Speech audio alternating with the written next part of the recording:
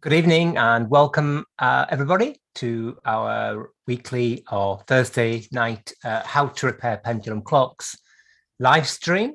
And as you can see this evening, we are in the process of working on a little torsion pendulum clock, which was donated to us by one of our group, which very grateful for that. And last week we started the disassembly of the clock and discovered that we already have a small list of repairs to carry out, one of which was a screw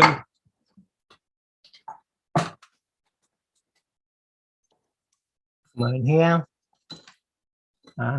which is to do with there it is, little screw to do with the motion work that half of the head was broken off.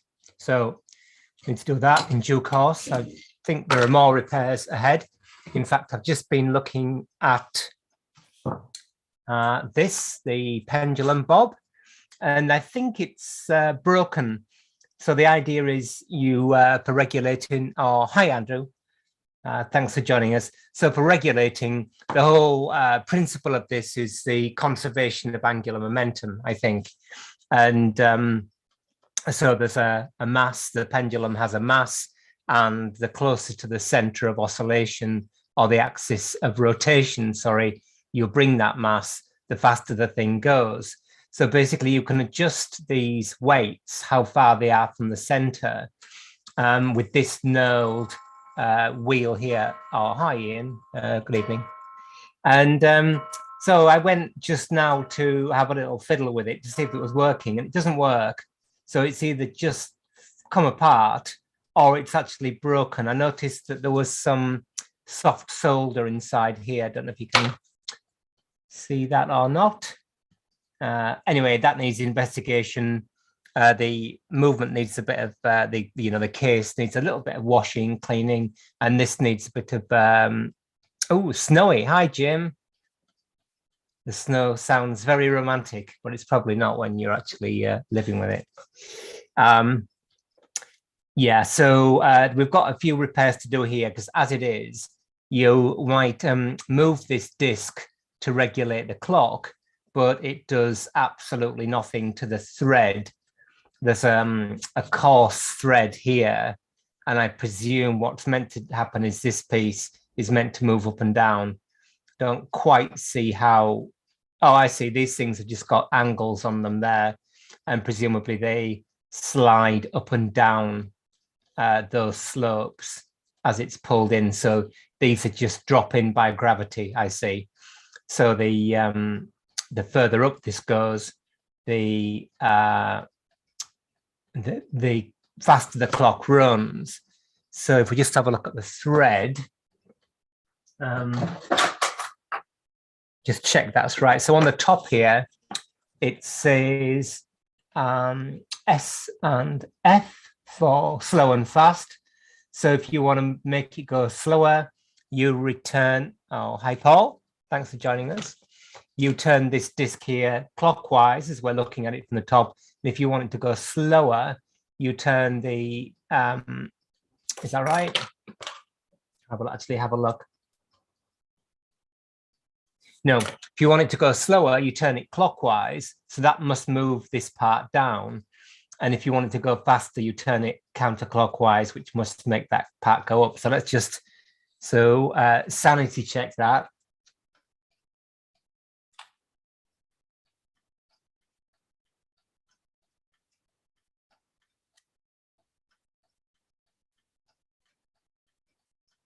That move it to go faster. Yeah, that's right. Okay, so the problem is here that this disc that with the knurled edge is basically loose. I presume it's meant to be fixed to that thread permanently, soft soldered on or riveted on or something, and it's broken. So there's a little repair for us. But in the meantime, Daryl, Sam, and Jeremy. So we've got frosty Cardiff. We've got actually nice sunny York today. It's been a pleasant day. Hi, Derek. I was just full of roast dinner. And we've got some snow as well. So great, good assortment of weather situations there. So you remember last week we were looking at the movement. We got the motion work off, and the first thing you do with any spring-driven clock, before you take the plates apart, these are the plates, and the gears, or what we call the mobiles, are pivoted between the plates, is you have to get any tension off the spring. The main spring, you can't see it at the moment. It lives in this barrel. So this is the barrel here. You can see why it's called a barrel. It's quite obvious. And this is called a going barrel because the barrel rotates when the clock is running as opposed to a standing barrel. And the first wheel or the first gear of the, oh, hi, Franklin. Good evening. The first wheel of the gear train is actually fixed permanently to the barrel. So normally when you look at a clock, I should have got one, shouldn't I? Anyway, you can see that the winding mechanism, the ratchet mechanism, is on the front plate, but it's not here. It's we talked about this last week. It's here. You can just about see the ratchet click spring there, dark blue thing, and then somehow I'll have to get my eyeglass out. We need to look inside there. Now, if you were to just release the ratchet, is all the energy stored in that spring would be released instantly, and you might, oh, hi Brian, you might damage your fingers, something might fly off and hit you in the eye, and also you might damage the clock. So what we need is a thing called a let down tool. It's one of the most important tools for the clockmaker. If you're going to get into clockmaking, if anybody's watching this on the recording and you're thinking, what do I need to buy first? All sorts of options there. We've got, well, you can see on these, just watch a few of these videos if you can bear it, because you can see here, despite what people might tell you, which is fine, got to get this thing, got to get that thing.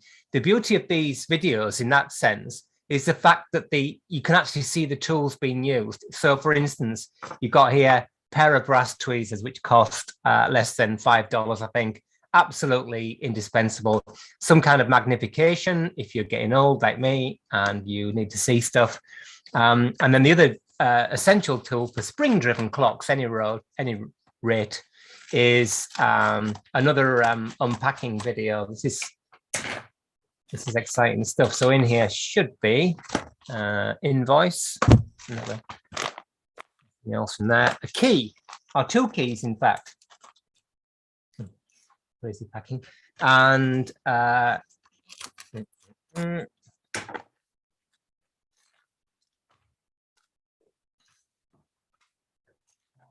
exciting.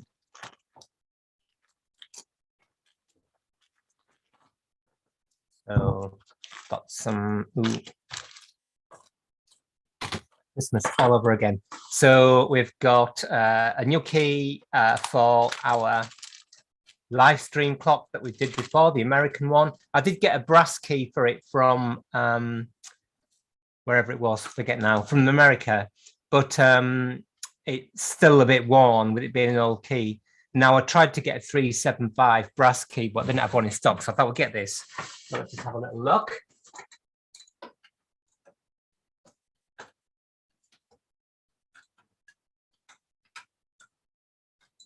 No, that is completely wrong. So that must be for something else, which I've forgotten. So I think they're the ones for the 400-day clock. These two, they are for our Enfield clocks, 3.5 millimeters. Is it one of those?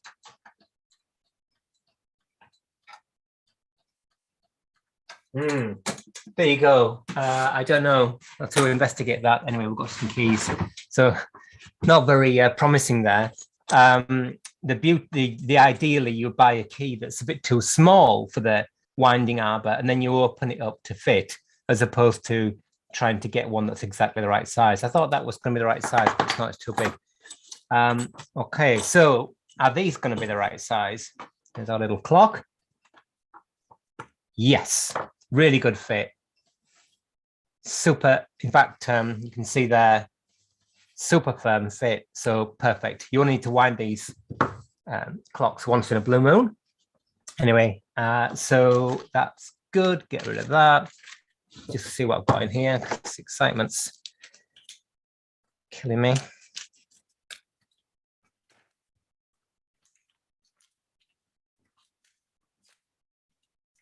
I passed the parcel.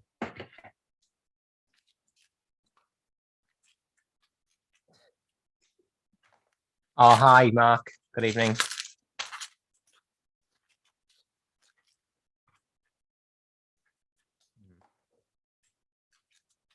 Oh, I know. I remember now. Pins. There we go. I'm a great fan of these so-called universal pins, which of course are not universal, but anyway. Got some actual work coming up, so they will come in incredibly handy. Okay, so back to our key. So why have I got two keys then? I've got one because I want to, whatever happens to the clock, maybe it'll go back to Derek, I don't know, but if we eventually fix it, but I wanted a key for the clock. And the other one is I'm going to make a let down tool with it. So you could, but not advised, get the key like that, wind the mainspring a little bit, and then depress the ratchet click mechanism, which we'll look at later, and then slowly let the spring down. But that is almost inevitably going to end in disaster. Don't do that. Pencil.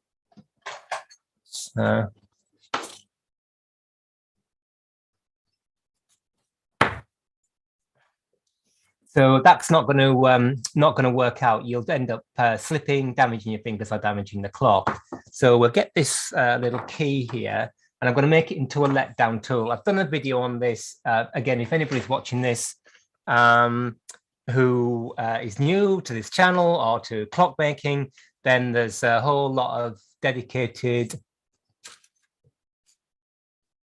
Oh, I see. What that mark was. There's a whole lot of dedicated videos and more to come maybe in the future if we ever get time. And one of them is making a let down tool out of a file handle. Got a couple of file handles here. I don't know what's happening with that today. It seems to be on the move.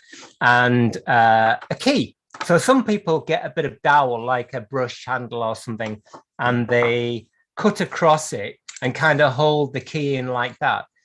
Which is all right, I suppose. I'm not against that idea. The problem is that you've still got the wings or the butterfly part of the key sticking out.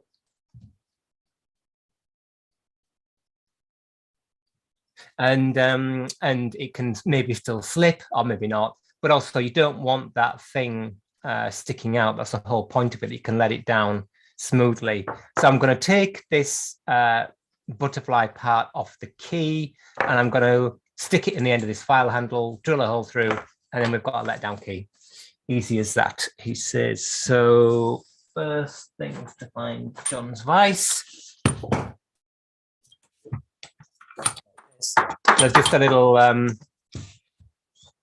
brass rivet thing through there, which I'm just going to shear off. Be brutal about it.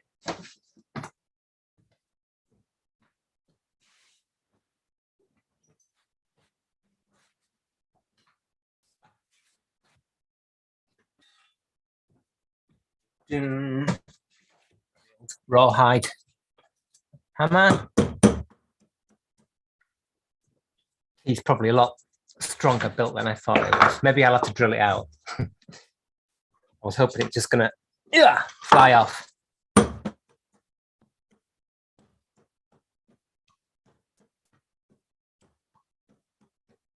don't want to bend the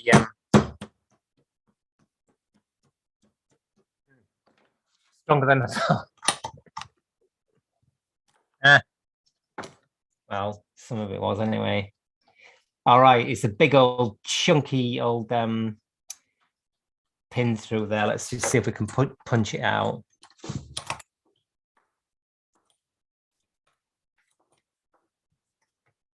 Riveted in. And the punch.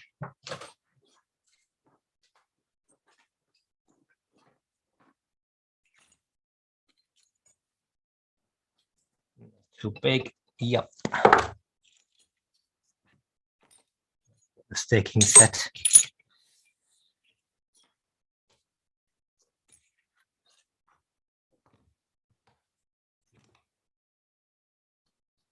Right, can't see.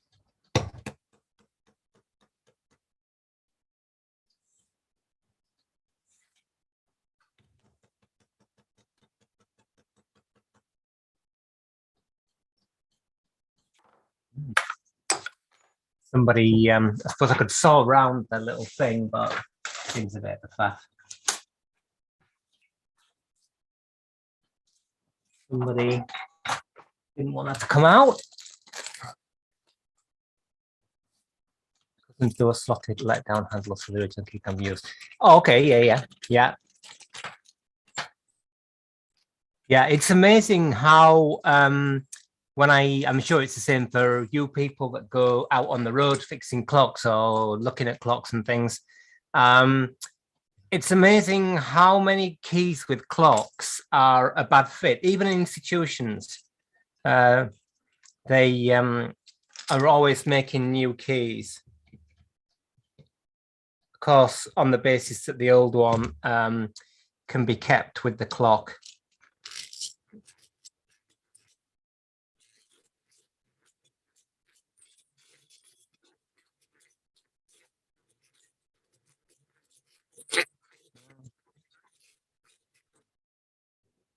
Usual story, blunt drill, bluntdrill.com, my favorite website.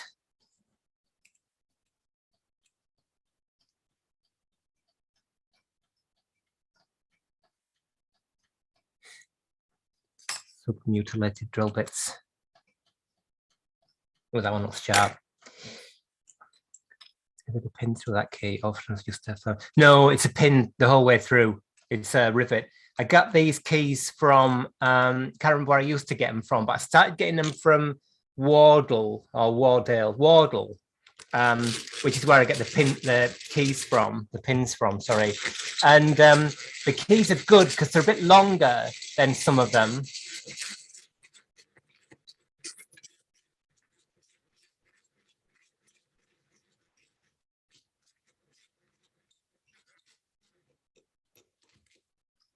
Think of all this electricity I'm saving.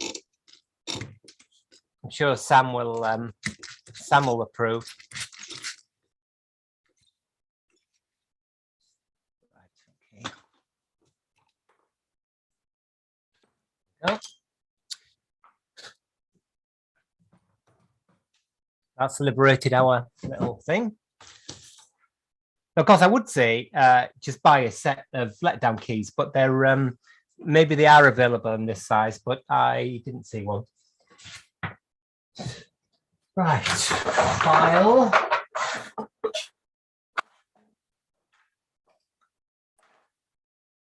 I'm just gonna file across the bit where I've just punched out, drilled out the pin. So it's all a bit rough and ready, I'm afraid.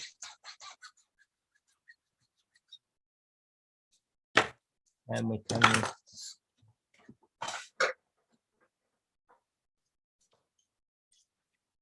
just tidy up the end. This is all going to be hidden inside the tool.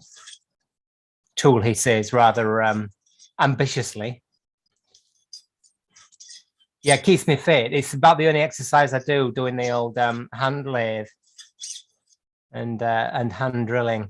It was funny, my my kids, long-suffering kids, of course, they are constantly saying, why don't you get one of those drills that's got, you know, they make a drill nowadays and it's got like a battery pack on it And every time you go and use the drill, the battery's flat, or you get halfway through drilling a hole in the wall and it goes like that.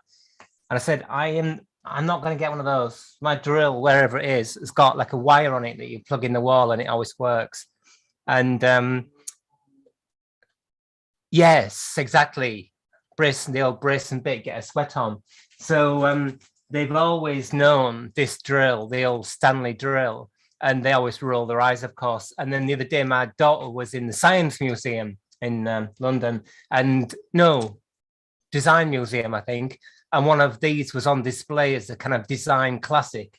So I thought, yes, everything goes round.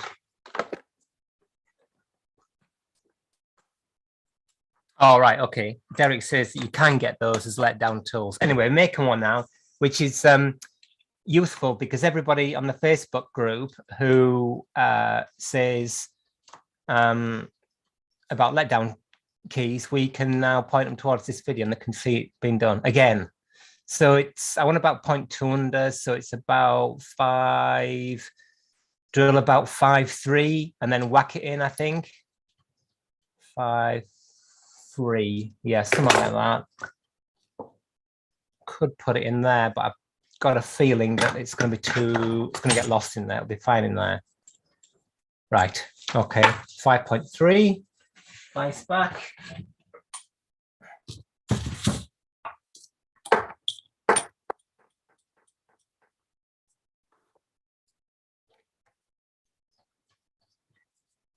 Yeah. 5.3, 5.3, 5.3, 5.3. That.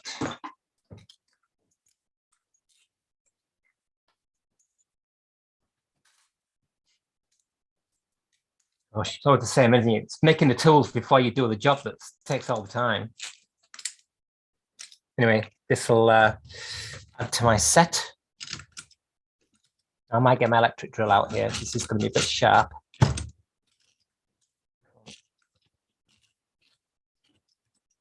These handles are pre-drilled, which is great. Some of them are drilled, but they're not concentric. And the hole isn't big enough. Perfect. Great. Cool. Wow, that was a good guess. So cooking with gas, probably people who are not from England don't get that, but maybe they do. Actually, what I could do here, because it's got that chap in there, that slot, I could just put a pin through and it's going to locate in there because it's already reasonable fit rather than trying to drill through the actual bit of metal itself. Yeah, maybe that'll work. In fact, maybe my new threw them away rather nonchalantly. Let's have a look. Oh, that's what I'll do. I will nudge one of my new pins through that gap and then drive it in. It'll spread the end out and Bob's your uncle, as they say in these parts and probably other parts as well. Okay, it'd be nice to have that bit of fancy stuff sticking out, but I've got a feeling that's going to get a pen. Got a feeling that's going to be too far out. This really feels like the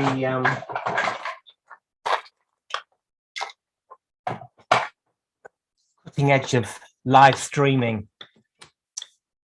I don't really watch other live streams, so I don't quite know what they're about. So it would be easier for me to cut, drill a hole through the bit of wood, obviously, rather than drilling it through the metal, but I don't think that's possible. It's going to be, no, it's going to be too far in. Okay, I'll try drilling through the metal. Challenge. Of course, if you had a drill press and actual electricity, it would be a lot easier, but where's the fun in that, eh? So if you're drilling, one of the big challenges to when I was working with students was drilling through the middle of a bit of bar. And it's actually quite easy with, he says, with stock that's held in a V, a sort of V block thing on a drill press. If you just drill enough so the drill can't slip out, and then look down the end, look down the axis of the work, and just rotate the work, it's actually really easy to drill. Ooh, can't see what I'm doing. Drill through the middle. A lot of people make jigs and stuff for doing that, which is fine, but it's for small work anyway. It's not that massively necessary. So let me find center punch.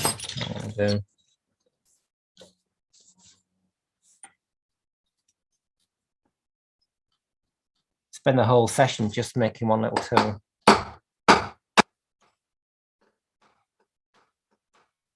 Not the right hammer for the job, and I don't even think it's barely made an impression in that bigger hammer.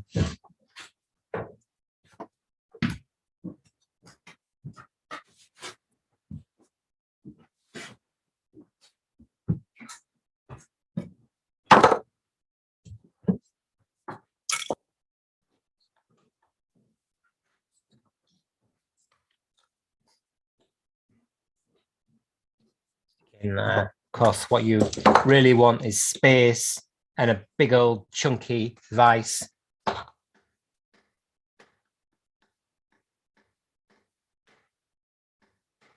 And just hit it once if you can, not multiple times. Anyway. Cool. Let's see if we can actually drill a hole in here. Put in our pin.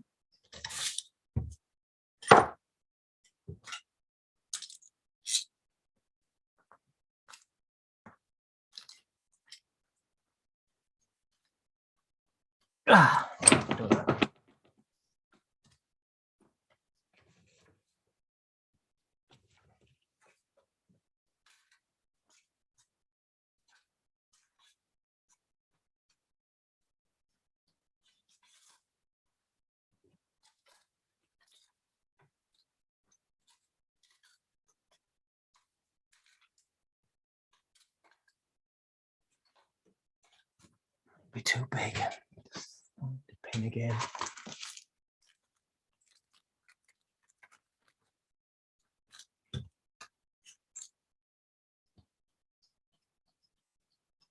Yeah, I bet.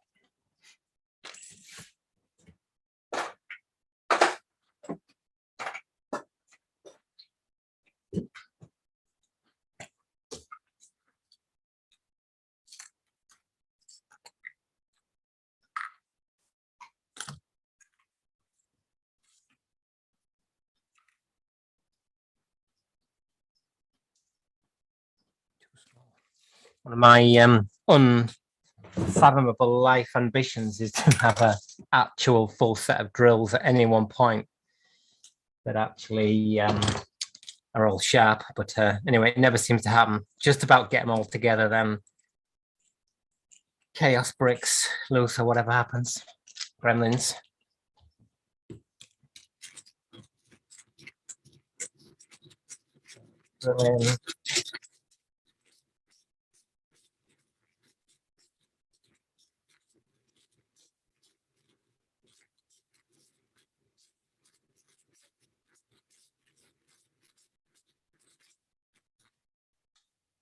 Right, turn it so I can see down the axis now.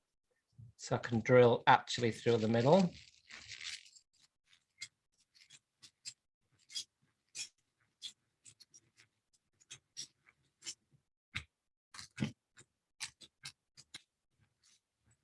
Go.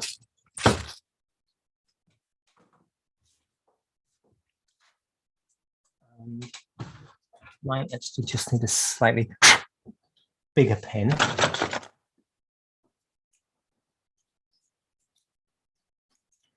Stop mucking about. I can hear everybody saying. Just get on with it. Yeah, too small.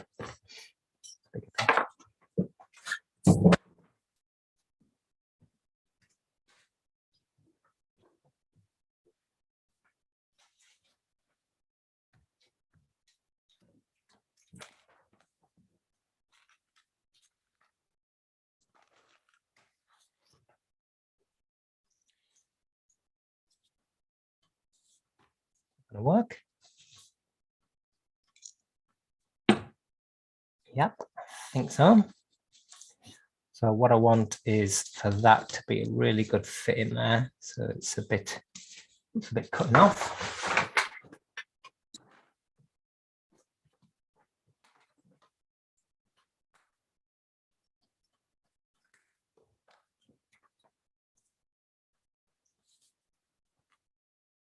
That should do it. Put that in there.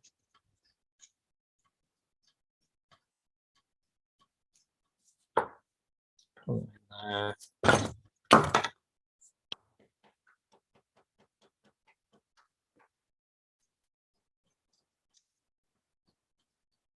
Brain.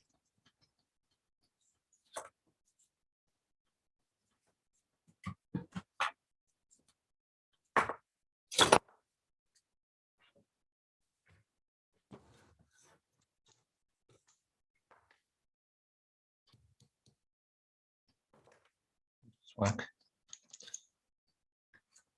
Just a bit excited.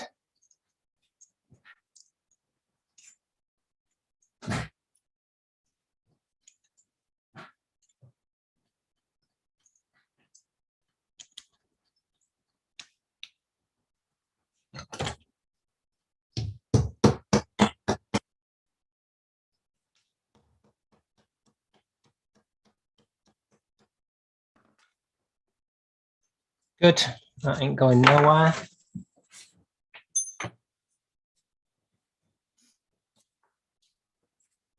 Drills away. Why did you stop teaching, Matthew? Oh, I thought it might be quite obvious. Well, I was teaching at West Dean College. I did 8 years, and it was kind of enough, really. I mean, it was the best thing in terms of learning myself. Obviously, I know I say this every week, but it's a bit of a joke that you learn as much as the students do, but it's true. Just it's a cyclical process, really. I really loved it, but it's a small college there, 8 students a year or 12 students a year. Absolutely fantastic.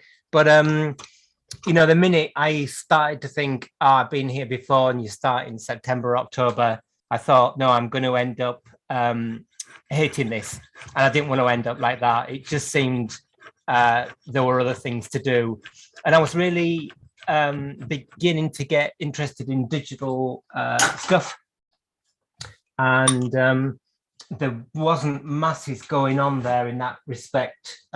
So I got a job for 3-year contract doing some community kind of engagement work with the museum and digital. And that led me to this kind of stuff, really. So that's the answer. But I must, it's on my long list of things to do, get back to doing short courses online.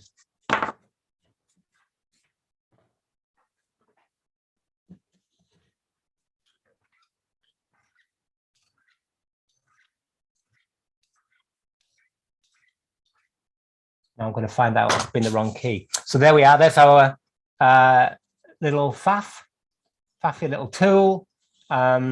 These are the handles I always bang on about, by the way, called Python brand. They're really great. You can buy from Axminster Tools, and I think they're well worth the money. They're beautifully made and really strong. Not had one split, or maybe I have had one split, but let's just have a look. Here we are. There we go. So we've got our little let down tool. We can hold it here, let it slip in our hand. We don't have any, nothing to catch. Look, the key thing can't come out, super safe. And then every time we've got a clock now, that little tool's there for ever really. And somewhere, I won't look for it now, but I might find it next week, is I've got a little, you've probably seen this. I made a branding iron for when I worked in the workshop. When I'd make a tool like that, I'd put my initials on it for what it counts. Okay, let's get this spring let down. So I just need to, might actually use my brass tweezers. Could use a bit of pegwood. I'm just going to have a look and see where the click is. Right, okay.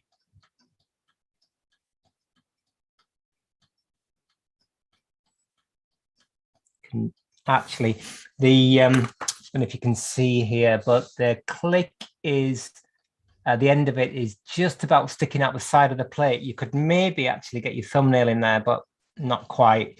So the click wants lifting in this direction, so towards the top of the clock. And I think, as I said last week, it's nice because it's flat underneath, the wheel doesn't stick out. So we can hold it firmly. If it was a bigger spring, I might put my glasses on, and seeing as how I'm meant to be setting a good example, I will. So when you do this for the first time, if you're a beginner watching this, Sam says, here we go. What? Oh, here we go. We've actually started doing the job. Or here we go. Matthew's banging on again about something. Or is he talking about the football? Is that here we go? Here we go. I don't really have you down as a football guy, Sam, but maybe you are. Is that a football song? So when you're doing this for the first time, I would just let the spring down one click at a time. So we'll see when we get the clock apart, you've got a ratchet wheel in there. When you get a little bit more confident, you can let it down a bit more like that. So still quite difficult to control, but no damage to the clock, hopefully, and no damage to our fingers or our eyes. So there we go. So double, triple check that all the power is off. You can see that nothing there at all, really important, because if you forget and you take the thing apart, then you're going to have an accident. So next thing to come off is this back cock arrangement, which I'm going to leave those screws in there. I never figured out what they're for. I think they're for the pipe thing, but I don't know. Screwdriver.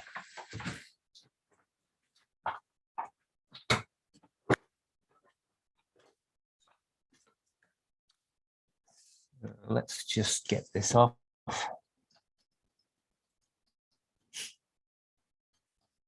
Oh, really loose. Okay. So of course I could have taken this back cock off and allowed the train to run through. I don't really ever like that. The kind of the clock going the whole time. And you never know what it's doing to the bearings. If there's a bearing that's tight, just going to find my benzene jar again, which is here. And pop that in. The screws are a little bit mangled up, but we can deal with those later on by tapping down the threads. We'll actually just take those out because annoying.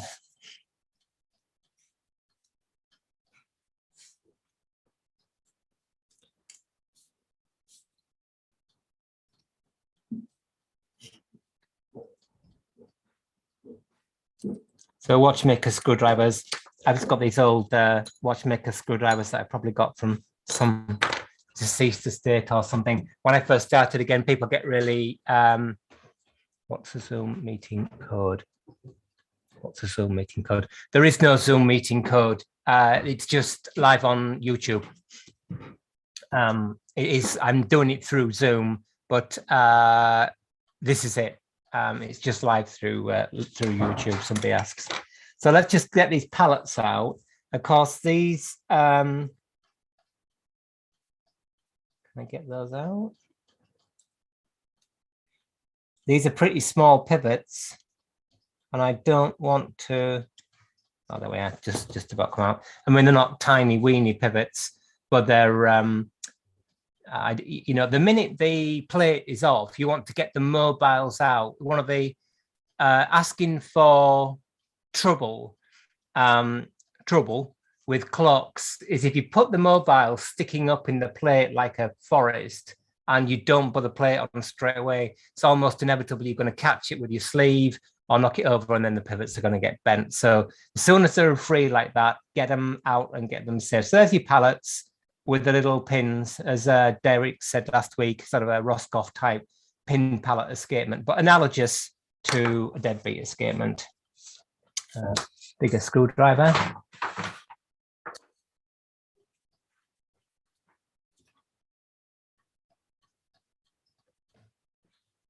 All right, okay, so all these screws are really loose, which is interesting. I think somebody, oh, they're all completely loose. In fact, somebody had struggled with this clock maybe in the past. All right, okay, so you could have actually got those screws out just with your fingers. There we go. So yes, Watchmaker screwdrivers, people get really excited about them. And you can buy some nice sets. I personally prefer the ones that are in a box, and that's only because I don't use them that often.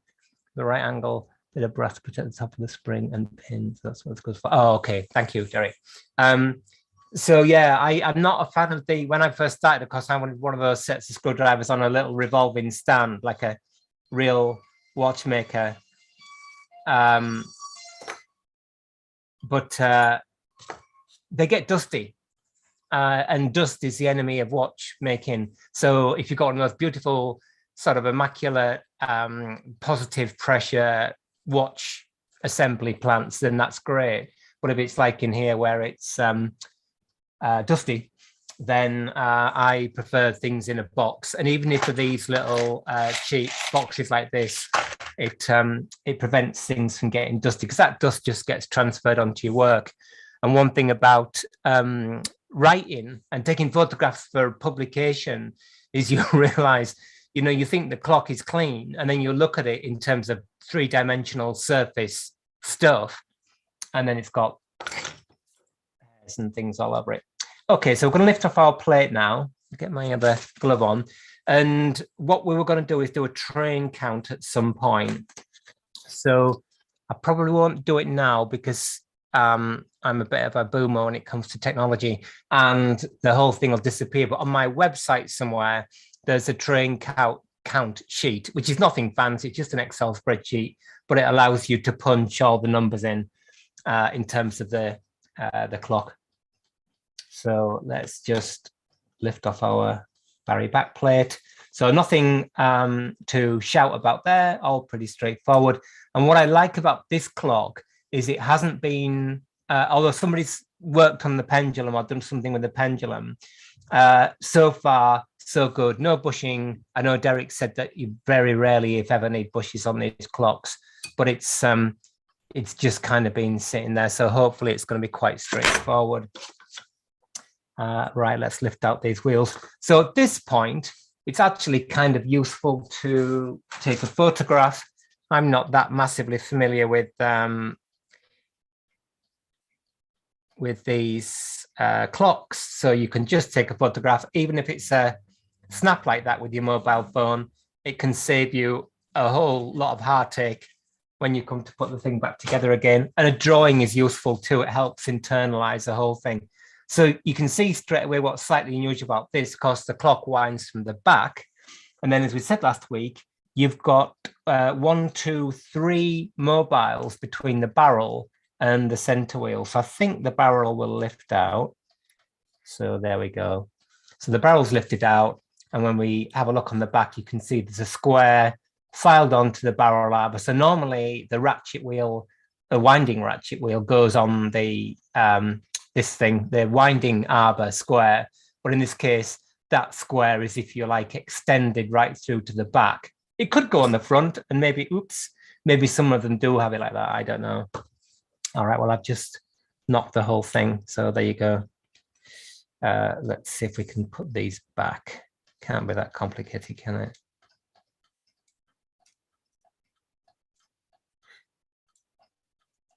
There we go. And then that's the whole reason why you take a photograph, because in some cases, and I don't know if this is one of them, the escape wheel, for instance, might actually be able to go either way around. I might count in this case anyway, so it has to go like that.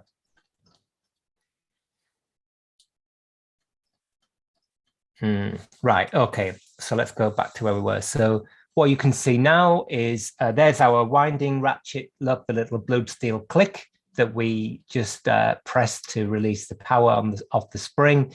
There's our screw. It's really important that that screw is a good fit. It's a shouldered screw, as we'll see in a minute.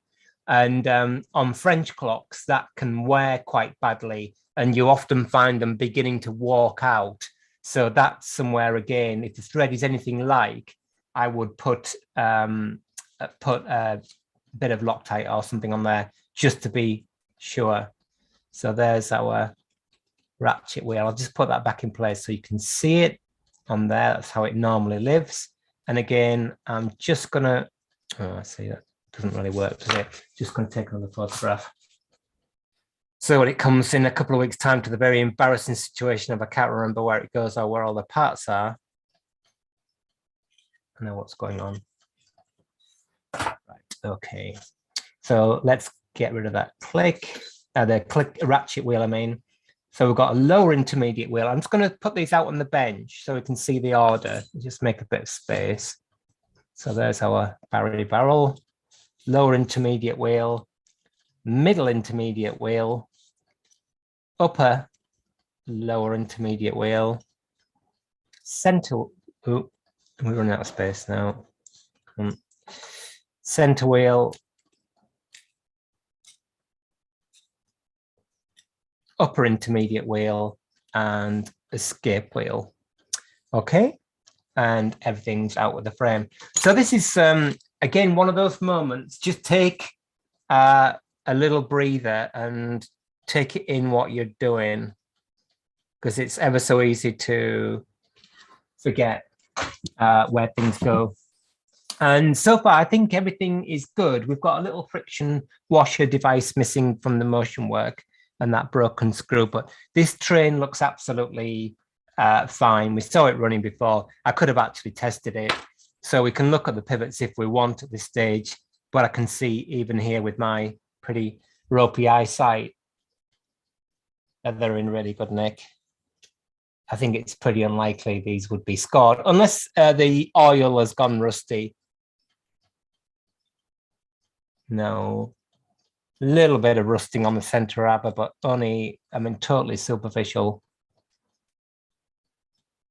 So you can see once you get to this stage, cleaning it is going to be a piece of cake. Yeah, all really nice. So there's your train. Nothing to worry about there. So for cleaning it, I'll just use my normal thing I use for all clocks, really, on watches. And that's, I'll wash it in kerosene with a natural bristle brush, get into all the pinion leaves, peg out the holes, and then rinse it. And I'll rinse it in watch rinsing solution. I wouldn't want to leave this in paraffin, because paraffin itself is quite oily and quite greasy. And I want it to be kind of a little bit less greasy than that. So again, must remember here that the barrel arbor sticks out of the front of the barrel in that way and not out of that side. Just have a little look at the teeth and everything here. Tiny bit of corrosion there. But yeah, good nick. Cool, everything's nice. The only thing I can see there, and if you can see it on the camera, well, there's a trail here. And when you see that on a barrel cap or on a barrel body, it's often worth looking to see if there's a long screw. So some screw that's touched on that. Has something been touching that? Let's just put the front plate back on, or the back plate, or whatever it is. Lost track already. Back plate.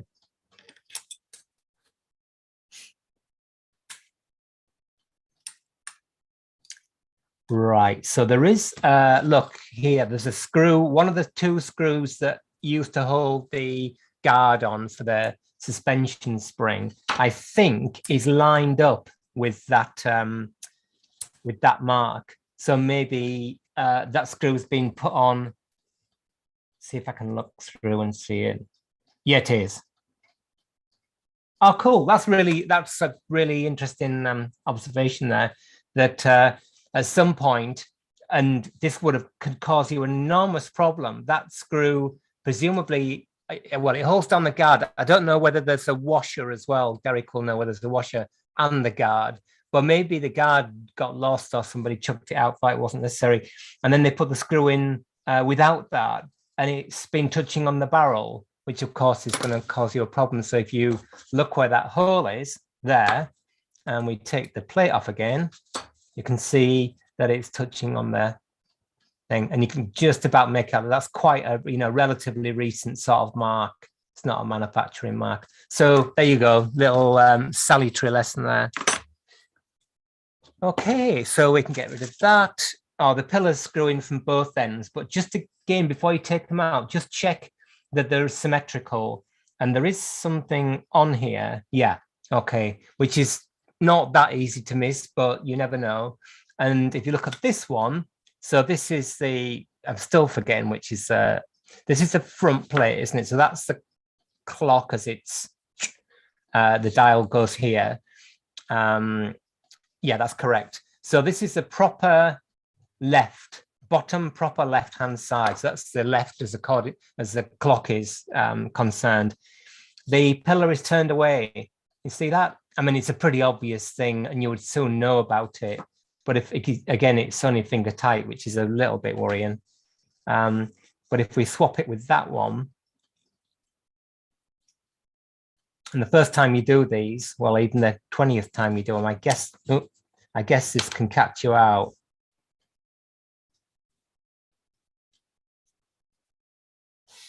Let's just pop that on there. Yeah, you see, you might put that, goes in the hole, so you might not realize, and then can you actually get the plate on? Yeah, I mean, you would have to be pretty clumsy to get the plate on, but it does actually go on, but the barrel doesn't turn around. So you would find out sooner or later, but yeah, embarrassing. And of course, what you could do is just file a flat on that pillar and not bother changing it back. That was a formal joke. Yeah. So the screw obviously won't touch the barrel when the guard is on. But yeah, if these screws are all just finger tight, hand tight. Nice that you can take the pillars right out. This makes it easy to wash.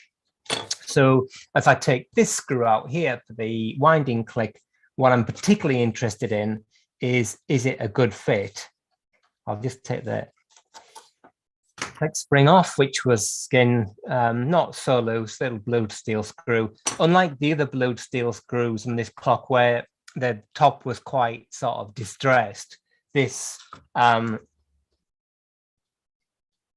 yeah, it's really like new. So maybe this, well, it will have been taken apart this far, but I'm sure. In fact, let's get those screws in our jar. So everything's together that we need to wash.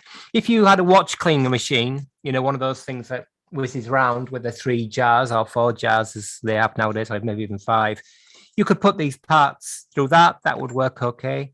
I suppose it would sort of speed things up a little bit maybe, but I'm going to go through the laborious process of doing it manually. Get the click spring off. I suppose it's worth checking that the spring isn't fractured, just to be sure. Good, Nick. And then this is the one I'm interested in, because if this lets go, obviously all the power of the spring goes. So I want to start by tightening it, because when it's fully tightened, it must obviously have clearance. So this has still got to be totally loose, because sometimes if you tighten that down, because it's a shoulder screw, it can sometimes nip up the click, which of course is disastrous, because at some point it's going to stay in its locked out position. Yeah.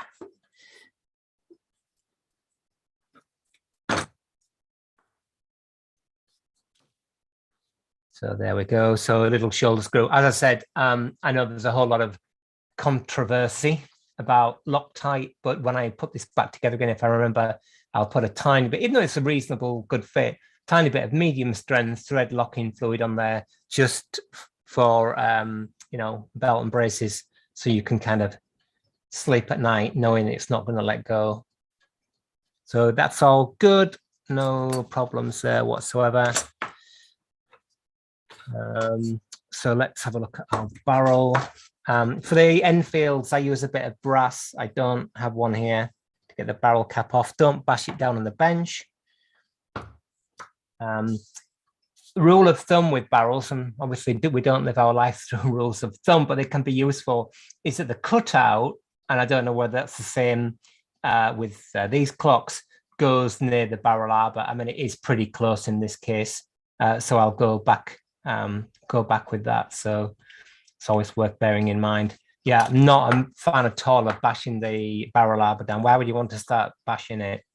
Anyway, that's nice. It's nice and oily, and it's got the old lovely old degraded oil kind of smell to it, which is really nice. I like that. And the spring looks in good nick. From what we can see, it's not broken for sure. Let's just get our key that we didn't actually go and mutilate, and just have a little wind, and we can see the spring there, look, inside the barrel. All good. As I say, for the Enfields, for the single train, for beginners only, if you don't have a mainspring winder, for beginners only, and you're working on a clock that you own, I think it's perfectly fine to take the barrel arbor out like this. So just wind it counterclockwise to get it out. That's normally enough. Don't go bonkers, just in case it's hooked on really firmly.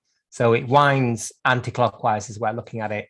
So if you just get your finger on the back, so you're pushing on the arbor like that, wind it clockwise, it'll just pop out. Easy as that. No drama.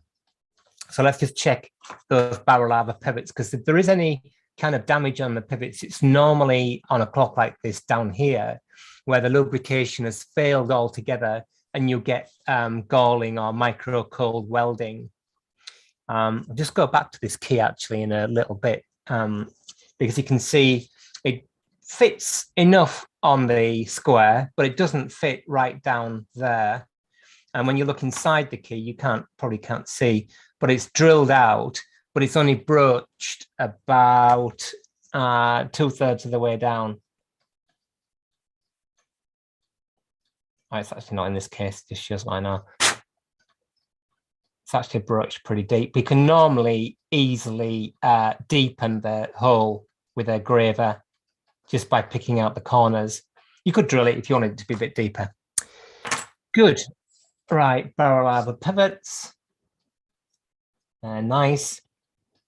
And this is one of the few cases where I would do some kind of refinishing of the pivots if that barrel arbor has got a brass on the pivots that's picked up from the barrel. So basically the two things have the lubrication's failed, and then some of the brass gets welded to the arbor, it rotates, it pulls out the brass, and that really begins to kind of snowball. There is one thing I've seen, which again is maybe tricky to see on the camera, but somebody's wound it, or maybe even let it down with their end cutters.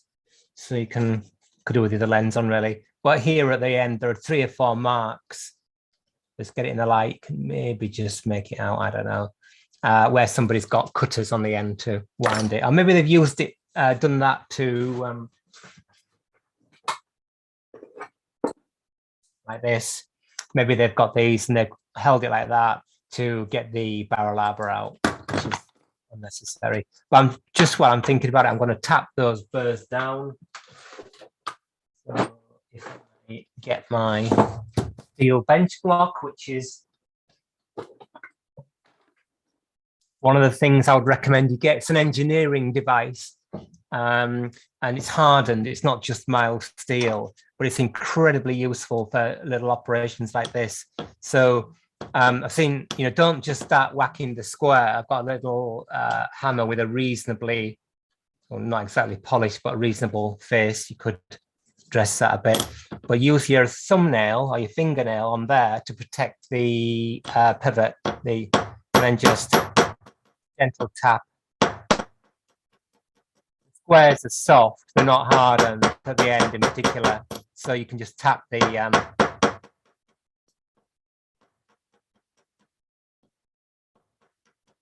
only clock I've seen where the winding arbors are hardened is like a marine chronometer. I've not seen any sort of domestic clocks where they're like that. That just tidies those up. My advice is not to begin with like sandpaper or filing it, because obviously that reduces the size across flats, which is undoable. And what's the point? You might as well just leave it like that. So just tap those kind of marks back down again. That's smartened it up a little bit. Good. So all we've got to do now is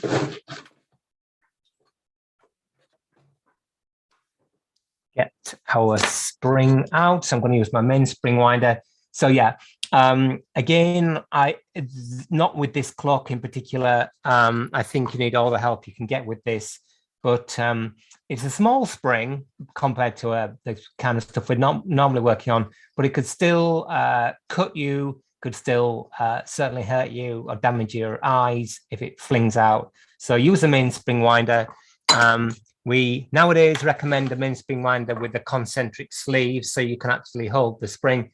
I use an old-fashioned one.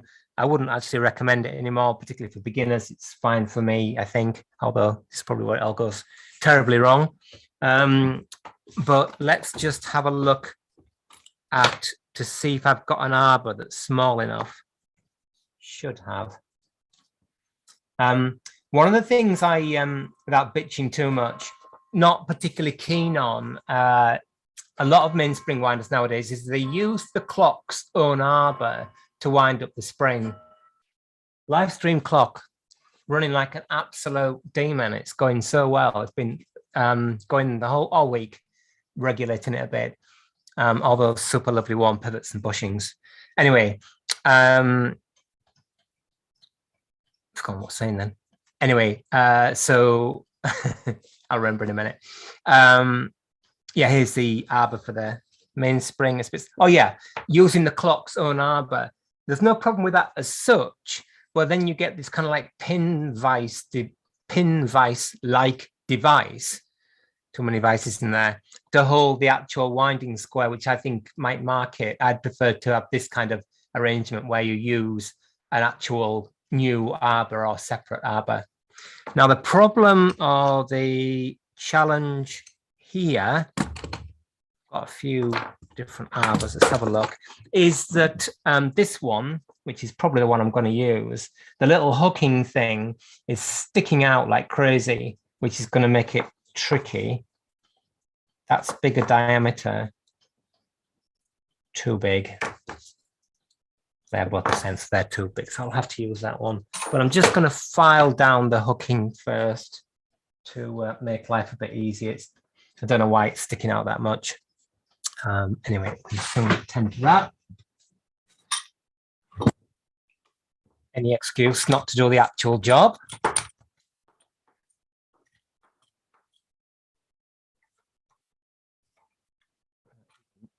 Put it out there, then I can file around it even better. This kind of thing where you're actually holding a tool, it would be useful to have brass jaws in this vise, then it doesn't mark up the that's going to be hardened. Oh, it's hardened a bit, but it's file it.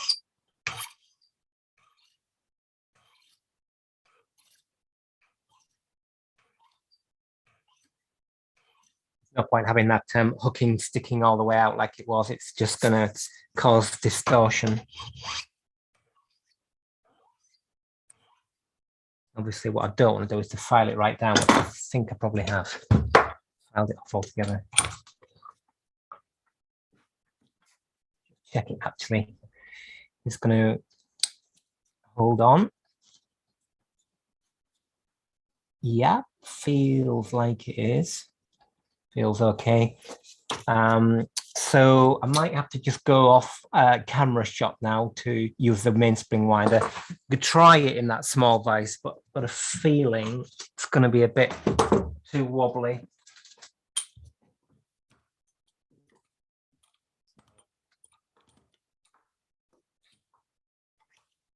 As I say, I'm moderately happy with this arrangement with the mainspring winder.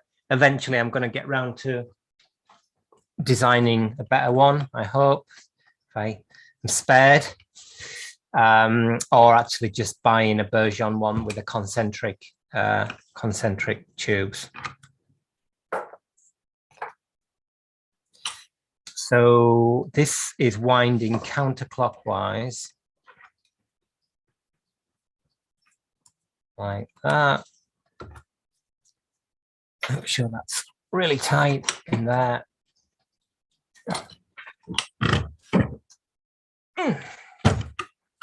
Might have to abandon this if it doesn't feel safe. Also, I'll try and get it so you can see it winding that way. Yeah. Okay, gloves on.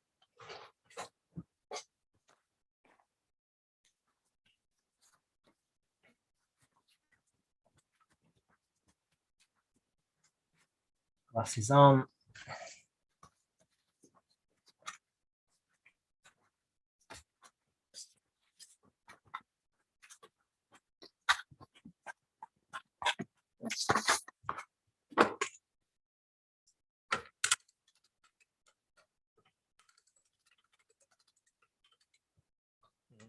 Yeah, don't try this at home, kids. You really want the vise to be properly fixed down.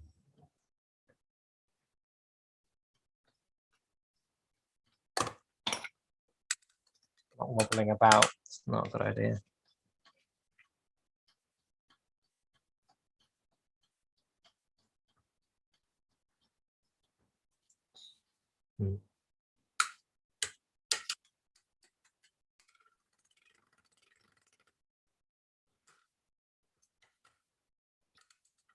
So normally the spring, what like an Enfield clock, you wind it the other way to get it out. You wind it clockwise. It's a little bit more awkward, but let's just have a look.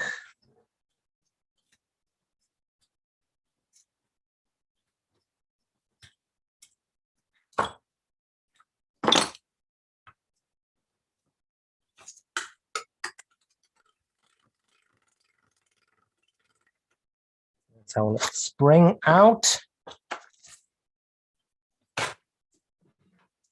And yeah, it looks like the original spring to the clock. Let's just, it's often easier to unhook it from the arbor by actually taking the arbor out of the machine. Get rid of that lot.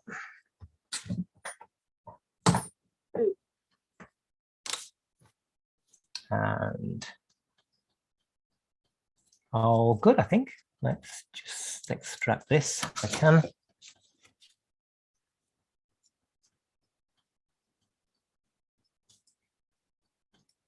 I'm sure there's some clever little tool. This is a problem with the hookings on these arbors being quite high. Anyway, I'm glad I filed it down because that could have been like disgorging a pike. Okay, so spring looks okay. I'm going to just flatten the end a little bit, but it's nice old spring. I can't remember what we thought was the edge of this clock. Perfectly happy with that. So that needs washing. Nothing really to report inside the barrel. All good. Like that. So the only thing we've got to take apart before we start our cleaning, which we will proceed with next week, is this pendulum. So let's have a look at this. Now that excitement's over.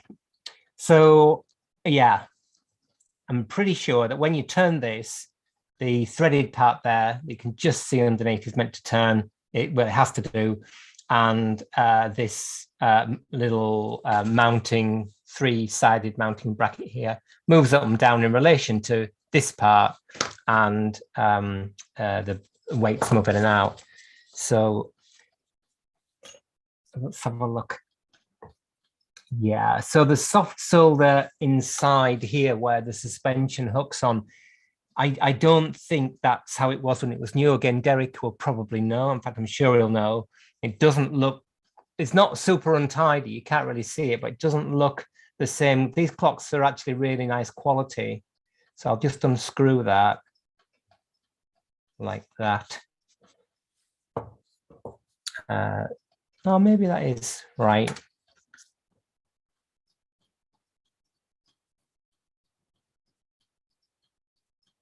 Don't know.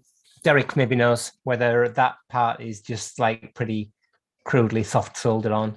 Crudely, it's all right. It seems strong enough. So that's not our problem. Our problem is here. The fact that, yeah, that's turning now, but it wasn't turning before. So how do we get this thing apart? Okay, right, blimey. This again is why you need to photograph it. So there's a spring inside there, which obviously, presumably when you move the weights out, because they're being pushed down that sliding slope that you can see here, they move out on their own. But when they're coming back in the direction, because what you don't want it to do is to stick.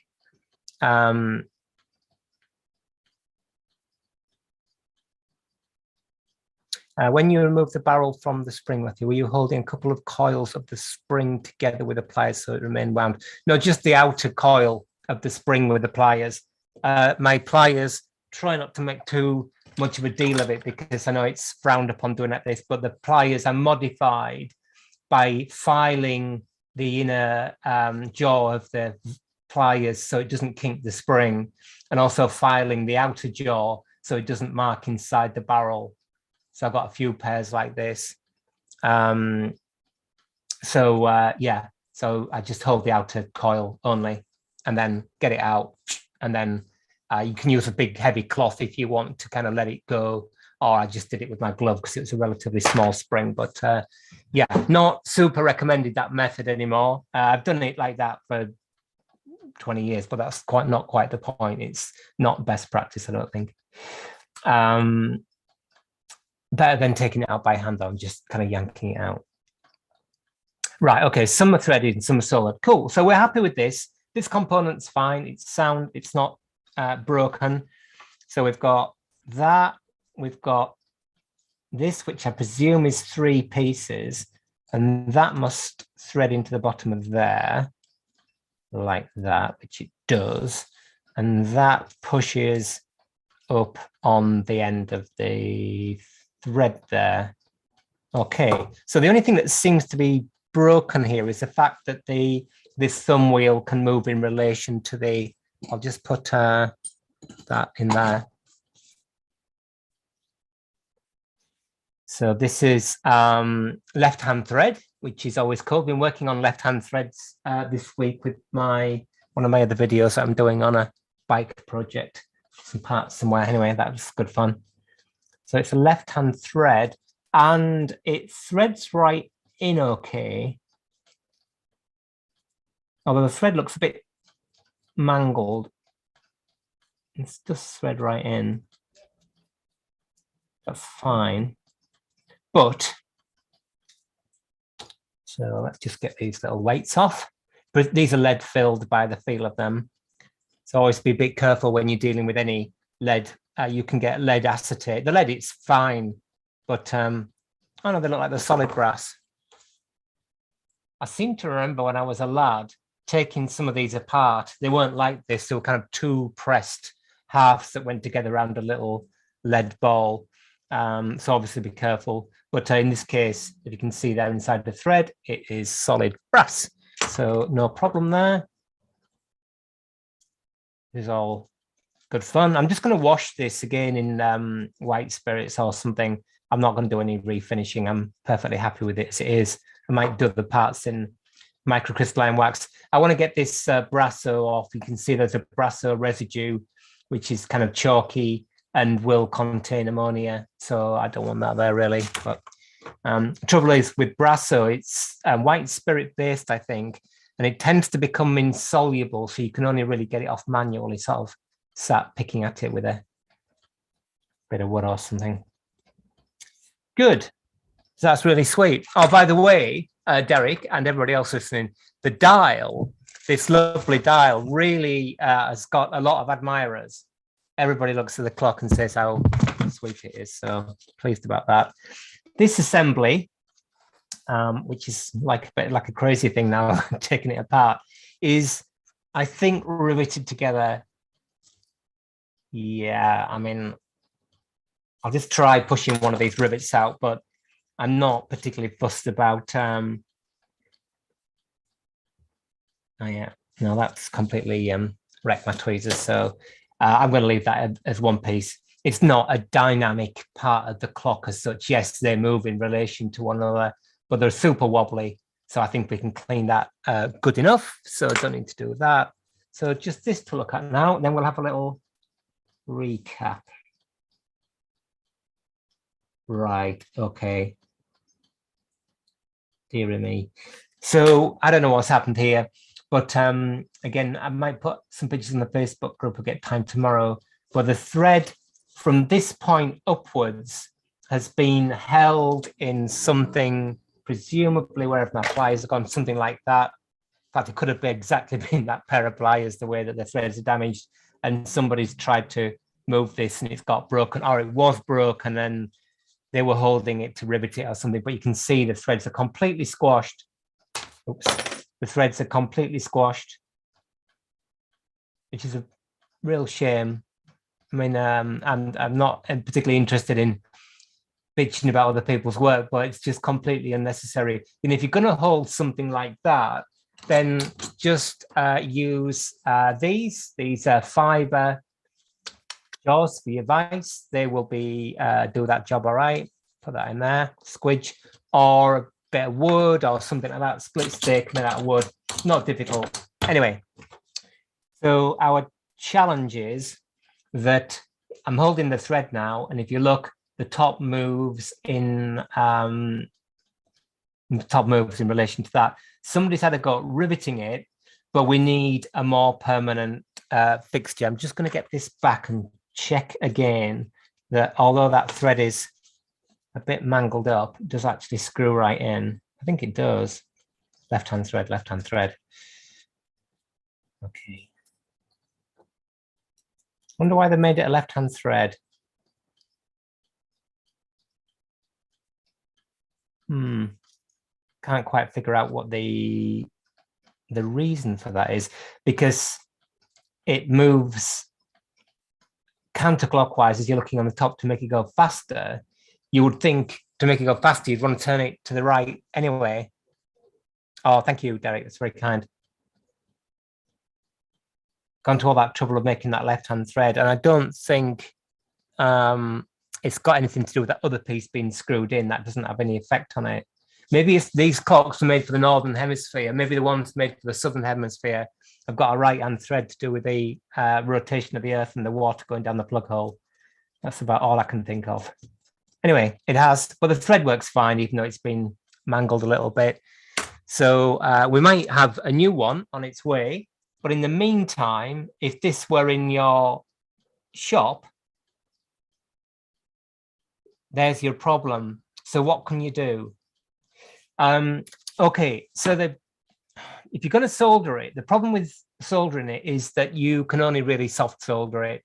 If you're going to hard solder it, it's going to kind of ruin it by heating it up too much, blah, de blah. So, and soft solder on the inside here, A, it would be a bit unsightly, and B, it wouldn't be massively strong. It might shear again easily. Now, it's been riveted in the factory, so we could try riveting it some more. But actually, because it's not actually loose in the sense of it wobbling about, it just rotates on the rivet. I think what I might do is drill a small hole down here between the body, the threaded body, and the thumb wheel thing, the knurled wheel, and put a little pin in there. Where's the other piece gone? I'll just see how these two, they go like that. So that actually covers, it covers a rivet, that piece.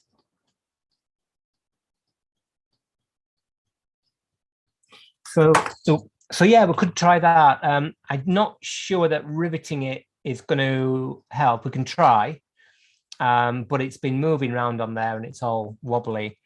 So that would be my kind of first thought, is to get a stake from the staking set and open this up first. So a wedge-shaped punch, just to kind of open it into the hole.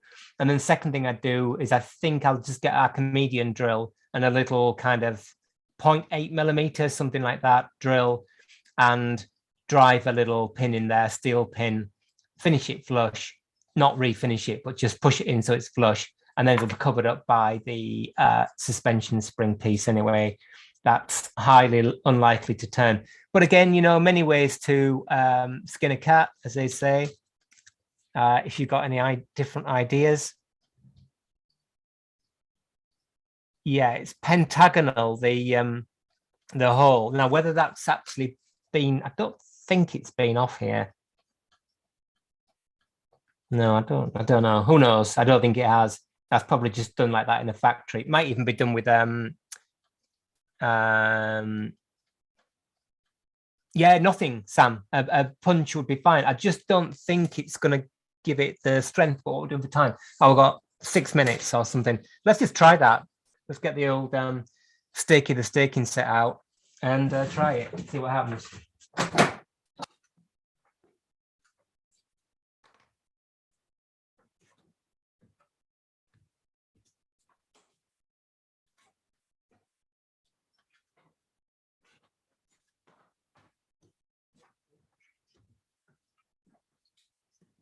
Book avalanche. I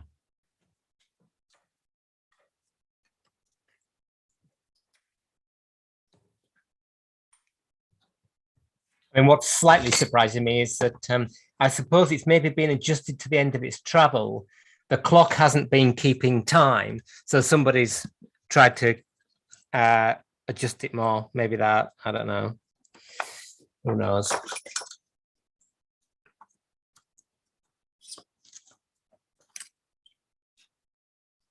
Too big.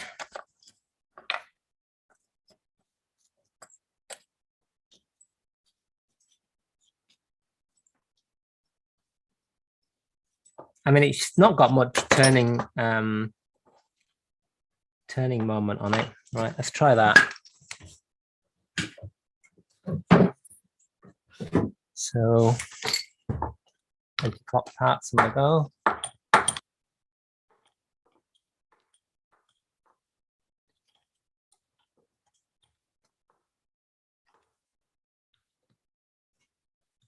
Nice thing there. Let's just have a look.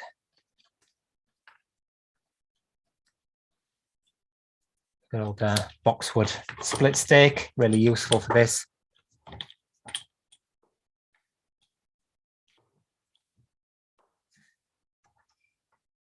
There we go. So again, you can see now the split stake is holding it firmly, but the wheel is turning, as it were. There's our punch, just using a little tapered punch or stake or whatever it's called, punch.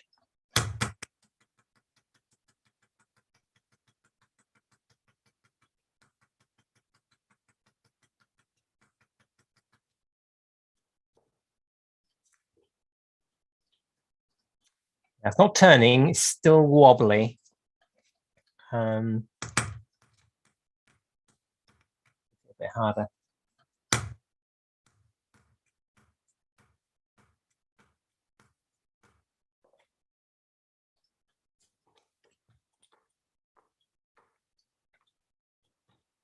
Maybe, Sam, you were right. I was being too pessimistic. Maybe that's just opened it enough to give it some grab. Yeah, well, it's certainly not wobbling anymore. And I mean, let's just thread it into the hole and see how much. Yeah, presumably the clock has been, so get my head around this. So it's that way to make it go faster. The clock has been losing for whatever reason, and somebody's regulated it all the way down like that, and then gone, can't make it go any slower. I mean, there's so little turning moment on that. I think that is going to be fine. So well done, Sam. I think that's okay. Repaired it. Gosh, easy as that. So cleaning only there, cleaning on the case, clean the glass, clean the spring. So just let's remind ourselves about our repairs. We've got that little screw to make, which I think Derek said is BA, or we can use BA. It's about 1.3 millimeters major diameter for the thread. So BA would suit us there. I don't really want to tap a new hole, but I don't think we'll have to do. And then we've got that little washer for the friction work to do. So if I'm actually not around, got actual work to do. So I'm not sure that there's going to be a whole lot of cleaning takes place between now and next week. But maybe next week I can turn my attention to making that screw, probably get some steel turned down or something, or a bit of brass or whatever we need. Good. So we've done a little running repair then. Got the clock apart. Please remember, I don't know where I've put it, chucked it away now, little let down tool. I actually quite like these made out of keys. I made a bit of, I was doing it quite quickly, but you could make it neater. But I think these are quite sweet, and with the beechwood handles, they're kind of nicer than the plastic ones, really. These are about £2, and the keys, I don't know how much they are, £3 something. So they're a £5 each, and you could just make one every time you do a clock, and then eventually build up a nice set. Anyway, just an idea. Or you could use some rare wood. No. I've got some purple heart, which I use for drilling now. I've had it so long, but that I got that with the idea of making file handles. Anyway, so thank you very much. I think we can call that a success. Thanks for all your questions. Thanks for joining us from wherever you are. I love the weather reports. And oh yeah, repair the tweezers. Well, the good thing about the tweezers is you can just do that, draw them out, and sometimes they break off, but actually they're and you don't have to be precious. I used to buy those really expensive stainless steel tweezers, which are no good for clocks, really. They're great for watches. But they're also like 35 quid a pair. There we go. Tweezers repaired.